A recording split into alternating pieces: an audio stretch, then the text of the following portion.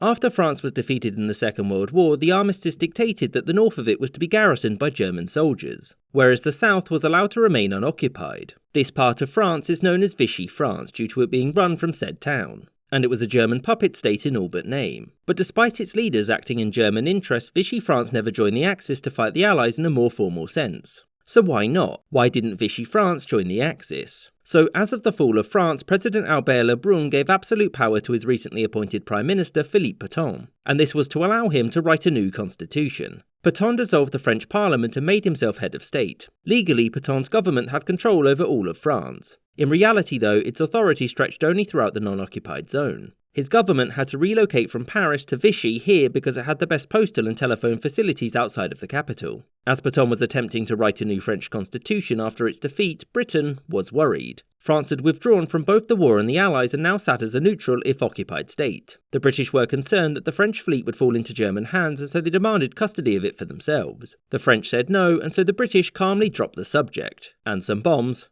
on the French fleet. The French responded by bombing Gibraltar, and it would seem then that the two were at war. But France never made any declarations, nor did it try to join the Axis. And there were several important reasons why. The first was that Pétain didn't believe that France was ready to join the conflict on either side. The second reason was that Pétain enjoyed international recognition as the legitimate ruler of France, with some exceptions, and joining the war would see this revoked by some. It also meant that the French people in both France itself and the colonies wouldn't have to pick a side, since many weren't too happy about the German occupation, but there was also a very strong anti-British sentiment amongst the French people, and Pétain didn't want to test which of these was stronger. The third reason was that the Axis didn't really want France to join. The German government didn't feel that France would fare too well in an all-out war, and importantly they didn't want to risk having to divert troops to help in Africa. It wasn't just Germany though that didn't want France on the team. The Italian government had been eyeing up French territory for a long time, and even a rump France on side could have prevented Italy from realising its ambitions. And across the world, Japan wasn't a fan of France either. Its ideological justification for its conflict with the West was freeing Asia from European colonialism, and France held these lands that Japan wanted. That said, the debate didn't last too long, since in late 1942, fearing that Vichy France would either join the Allies or fall to them, the German and Italian militaries invaded and put an end to its existence, thereby ending the short and technically neutral existence of Vichy France.